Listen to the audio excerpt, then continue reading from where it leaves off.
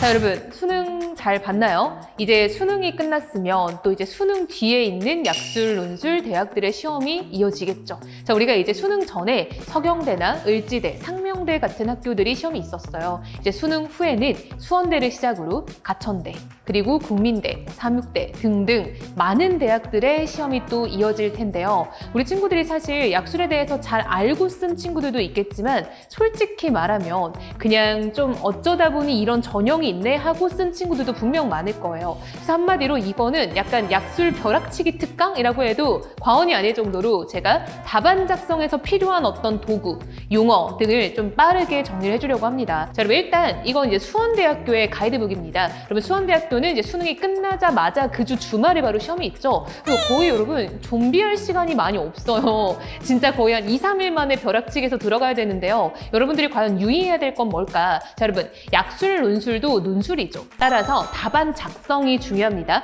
답안 작성을 할 때 대학에서 제시하는 어떤 조건들이 있어요. 이걸 보는 친구들은 이제 그 학교 홈페이지에 들어가서 논술 가이드북을 다운로드를 받아서 같이 보면 좋을 것 같아요. 수원대학교, 가천대학교, 국민대학교 들어가면 다 있거든요. 그래서 그 가이드북을 다운로드 받아서 쌤이 말하고자 하는 게 뭔지를 한번 보면 좋을 것 같습니다. 자, 여러분 여기 문항을 보면요. 다음은 윗글에 나타난 사건을 시간 순서에 따라 배열한 것이다. 기억과 니은에 해당하는 구절을 윗글에서 찾아 쓰시오. 자, 여러분 일단 약술, 논술에서 찾아 쓰시오라는 말이 굉장히 많이 나옵니다. 특히 가천대 같은 경우는 대부분의 답안이 그렇게 작성이 되는데요. 찾아 쓰시오라고 하면은 무조건 지문에서 찾아야 되고요. 띄어쓰기 맞춰야 되고요. 글자 그대로 써야 됩니다. 두 번째, 여기서 봐야 될 거는 구절입니다, 여러분. 구절이라는 게 과연 뭘까? 여러분들이 사실 이제껏 문학을 많이 배워왔을 텐데 이런 용어들을 너무 흘려서 봤기 때문에 뭐지? 라는 생각이 들 거예요. 구절은 여러분 구와 절입니다. 구와 절. 그럼 구는 뭐고 절은 뭘까? 다 문법 용어인데요. 그럼 구라는 거는 두 단어 이상의 조합, 두 덩어리 이상의 조합이 구라고 보면 돼요. 쉽죠? 예를 들면 여러분 이런 겁니다. 자, 우리가 문법 문제 중에 이런 게 있었어요. 신임 장관이라는 말이 있어요. 띄어쓰기 되어 있죠.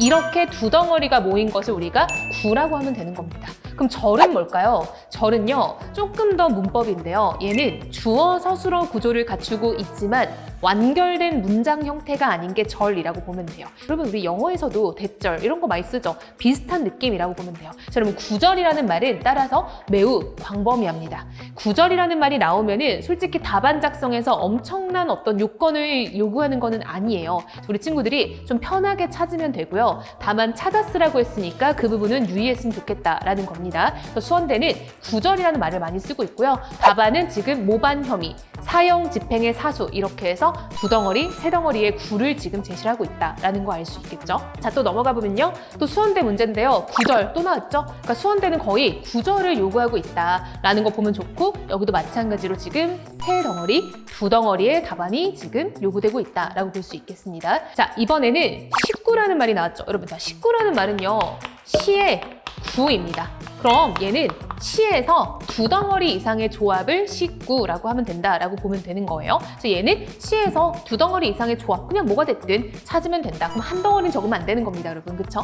자, 이어서 답안에 보면은 가지치의 내음새가 낮다. 도라지 꽃이 좋아 돌무덤으로 갔다. 그럼 친구들이 물어볼 수 있어요. 문장 아니에요? 상관없다니까요. 식구는 여러분 두 덩어리 이상이기만 하면 되기 때문에 타이트한 조건을 주고 있는 게 아니라고 보면 되는 거예요. 알겠죠? 자, 이어서 보면요. 이번에는 해당하는 연의 숫자를 쓰라고 했네요. 여러분 연의 숫자를 적으라 했으니까 연이 몇 연인지 이런 것들을 좀 잘 보면 좋겠다라고 보시면 될 것 같아요. 자, 이제 넘어가서 가천대를 한번 볼게요, 여러분. 가천대는 약술 논술의 꽃이죠. 솔직한 말로 가천대가 거의 뭐 약술을 만들었다 해도 과언이 아닐 정도의 대학인데요. 쌤이 지금 이미 유튜브에 국민대 가이드북 전문항 해설이 올라갔어요. 그랬더니 댓글에 가천대는 안 해주시냐라는 말이 바로 달렸더라고요. 좀 고민을 해봐야 될 것 같은데요. 일단 가천대의 답안 요건부터 한번 볼게요. 자, 여러분 가천대를 보니까요. 옛날과 다르게 굉장히 여유 있어졌어요, 말이. 여유 있어졌다라는 건 뭐냐면요. 이전에는 뭐 어절 이런 말을 많이 썼는데 지금은 말이에요, 말. 그럼 말이라는 거는 그냥 진짜 광범위한 거 알죠? 이거는 정말 광범위하게 요구하는 거기 때문에 친구들이 약간 답안 작성의 요건에서는 크게 고민을 안 해도 될 만큼 넓어졌다라고 보면 좋을 것 같아요. 말은 진짜 말 그대로 말입니다. 근데 여러분 여기 밑에 보면은 수식어, 구 또는 절 포함 마찬가지죠, 여러분? 구는 두 덩어리 이상, 절은 이제 문장 형태는 아니지만 주어 서술어를 갖춘 것들 이런 걸 요구한다라는 거네요. 자, 이번에는 어절인데요. 문장에서 첫 어절과 마지막 어절을 적으라고 되어 있죠. 그럼 여러분 어절이 뭔지를 알아야겠네요. 여러분 어절이라는 건요, 우리말에서 띄어쓰기 단위라고 보면 됩니다. 자, 느낌이 안 오니까 예문을 한번 들어볼게요. 나는 집으로 갔다 라는 문장이 있어요. 자, 여러분 보면요, 띄어쓰기가 어디가 돼 있는지 볼까요? 여기 띄어쓰기 돼 있고 여기 띄어쓰기 돼 있죠. 그랬을 때 얘가 하나의 어절입니다. 얘가 또 하나의 어절입니다. 그리고 얘가 또 하나의 어절입니다. 그럼 여러분 이 문장은요 총 3어절짜리인 거고요. 자, 가천대에서는 문장을 찾고 첫 어절과 마지막 어절을 쓰라고 했죠. 그럼 가천대에서 요구하는 거는 첫 어절과 마지막 어절 이렇게 적어야겠죠. 그럼 여기다 답안을 적을 때는 나는 갔다 이렇게 적는 겁니다. 괜찮죠? 자, 문제 7번을 보면요, 여기도 마찬가지로 말을 찾으래요. 그러니까 되게 러프해졌다는 거죠, 가천대가. 예전에는 거의 어절 찾기를 많이 시도를 했거든요. 자, 여기도 말 찾기다라는 거 볼 수 있겠네요. 자, 넘어가서 이번엔 국민대입니다. 국민대 정말 너무 많이 봐서 전 정말로 지겨울 정도인데요. 자, 국민대에서는 뭘 요구하나 봤더니 이음절의 단어를 단락에서 찾으래요. 단락이라는 거는 문단어라고 생각하면 될 것 같고요. 자, 음절은 뭐냐?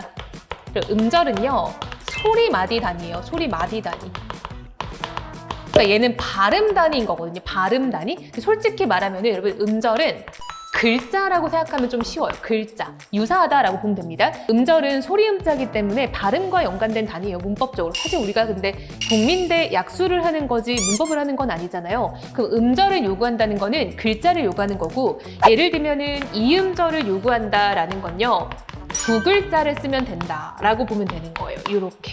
됐습니까? 그럼 이 음절을 찾으라는 거는 두 글자를 쓰라는 겁니다. 답안은 뭘로 나왔는지 한번 볼까요? 이렇게 초월, 자유 이렇게 나와 있었죠.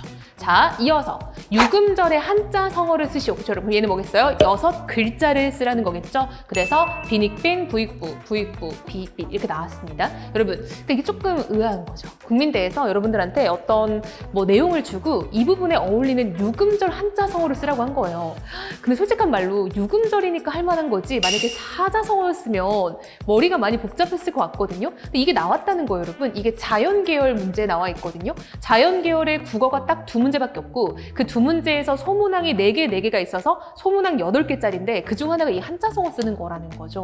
그러니까 참 이게 고민이 많아지는 지점이에요. 자, 이어서 국민대입니다. 자, 보기에 A에 들어갈 말을 윗글에서 찾아 한 단어로 쓰시오. 여러분 이번에는요, 단어예요. 좀 더 문법인데요. 단어라는 건요, 자립할 수 있는 말이에요. 자립할 수 있는 말. 그럼 여러분 입장에서 자립할 수 있는 게 과연 뭘까? 이런 고민이 좀 될 것 같은데요. 혼자 쓸 수 있다는 말이기 때문에 사실상 개를 두고 앞뒤에 띄어쓰기가 된다. 그럼 자립이 가능하다라고 볼 수 있겠죠. 그럼 정말 쉬운 예로요, 명사, 사과 같은 거 혼자 쓸 수 있죠. 그 다음에 먹다, 동사 같은 거 혼자 쓸 수 있죠. 그럼 혼자 못 쓰는 단어는 뭐가 있을까? 예를 들면 여러분, 가, 이 이런 주격조사가 있어요. 여러분. 이런 거 우리가 주격조사라고 하죠. 이런 조사는 혼자 못 써서 붙어 써야 돼요. 근데 여러분 좀 특이하게 단어라는 거는 자립할 수 있는 말인데 플러스 예외가 하나 있는데 그게 바로 조사예요. 따라서 조사는 한 단어로 들어가기 때문에 여러분들이 단어를 적으라고 할 때 조사는 빼고 적어야 되는 거예요. 무슨 말이냐? 이런 겁니다. 자, 예를 들어볼게요. 사과를 이라는 말이 붙어 있었어요. 그럼 여러분 사과까지가 하나의 품사, 명사죠. 그리고 를이 목적격 조사입니다. 그럼 얘는 한 단어, 두 단어 이렇게 되는 거예요. 그럼 한 단어를 적으라 그러면은 얘 하나만 적어야 된다라는 거예요. 그래서 단어는 조금 변수가 있으니까 우리 친구들이 유의해야겠다라는 겁니다. 이어서 보면요, 보기를 참고하여 디귿의 상황을 빗대어 표현하고 있다고 볼 수 있는 시행을 찾아라. 자, 여러분 시행이라는 건요, 시에서의 한 줄입니다. 그래서 예를 들면 여러분 시가 이렇게 한 줄, 두 줄, 세 줄, 네 줄 이렇게 됐죠. 그리고 여기가 한 연이 끝나고 또 새로운 행이 시작되고 이렇게 보통 시가 갑니다. 그럼 여러분 우리가 이 한 줄 한 줄을 하나하나의 시행이라고 하는 거예요. 이렇게. 그럼 여러분 쉽게 생각하면요. 우리가 이제 컴퓨터를 한다 생각을 하면은 엔터를 칠 때마다 시행이 바뀐다라고 보면 되는 거예요. 그럼 여기 연은요. 얘는 새로운 연이 들어갔죠? 그럼 여기는 엔터를 이제 2번 쳐야겠죠. 엔터 한 번 치고 그다음 넘어가는 거니까요. 이해됐죠? 그래서 시행이라는 거는 한 줄을 적어야 됩니다. 한 문장을 적으라는 게 아니에요. 자, 그럼 넘어가면요. 자, 여기 보세요. 시행 1, 2, 3, 4, 5, 6, 7, 8, 9, 10, 11, 12, 13, 14, 15, 16, 17 이렇게 17행이 지금 나와 있죠? 그 중에 정답은 산끈을 깊었다였어요. 그러니까 한마디로 여기 한 줄만 적으라는 거였습니다. 그렇죠 여러분? 근데 가끔 어떤 친구들이 이것을 한 문장을 적는 친구들이 있었어요. 이렇게 휙 지나가는 먼 산굽이 나무 우거진 비탈에 산근을 깊었다 이렇게 적은 친구들이 있었는데 아닙니다. 시행은 한 줄만 적어야 되기 때문에 이건 국민대뿐만 아니라 모든 대학 다 마찬가지예요, 여러분. 가천대든 뭐 어떤 대학이든 간에 시행은 그냥 문학 개념어 시행입니다. 자, 여러분 이렇게 해서 오늘 우리가 지금 이제 남은 시험들 수원대, 가천대, 국민대의 약술 가이드북을 통해서 과연 학교에서 요구하는 답안 작성의 조건들은 뭔지 여러분들이 꼭 알아야 되는 용어들은 뭐가 있는지 사실 여러분 이 용어의 정리는 국어입니다. 그쵸? 완전히 국어적인 거기 때문에 우리 친구들이 이제껏 국어 교과에서 놓치고 있었던 것들을 쌤이 채워줬다라고 생각을 해요. 우리 친구들이 이런 답안 작성 요건을 잘 숙지하여 시험장에서 실수하지 않도록 하는 게 매우 중요하겠죠. 솔직한 말로요. 국어 문항은요. 국민대를 제외하면 대부분 대학들이 매우 평이해요.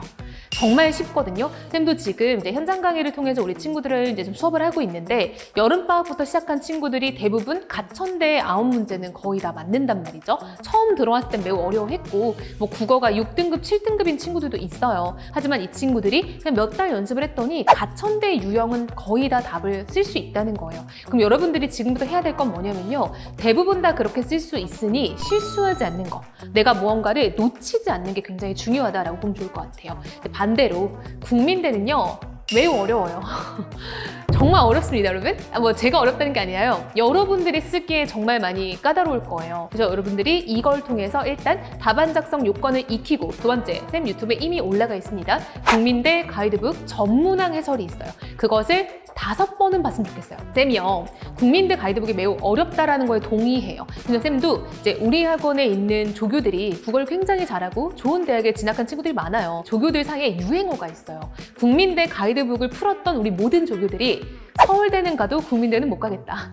고려대는 가도 국민대는 못 가겠다. 이게 우리 학원 유행어예요. 그만큼 국민대 가이드북이 까다롭다는 겁니다, 여러분. 또 이제 쌤이 이것도 여러 번 말했지만 쌤이 지금 CSM17이라는 이제 회사와 그 국민대 약술 논술 모의고사를 좀 출제를 하고 있었어요. 이제 출제 끝났고 쌤이 이제 국어 문항을 출제를 했는데요. 그 출제를 하는 기간 동안 국민대 가이드북을 제가 정말 1000번, 10,000번 봤어요. 정말 많이 봤거든요. 근데 그렇게 많이 들여다보면서 느낀 건 뭐냐면요. 답안 작성에서 요구하는 논리가 굉장히 일관된다라는 겁니다. 쌤도 모의고사를 출제할 때 그런 것들을 굉장히 많이 반영을 했어요. 여러분들이 쌤 강의를 통해서 많은 도움이 되길 바라면서 늘 준비를 하고 있으니까 좀 좋은 소식이 있으면 그것도 전해주면 저도 정말 기분 좋을 것 같아요. 여러분 끝까지 열심히 해서 좋은 결과 이루길 바라겠습니다.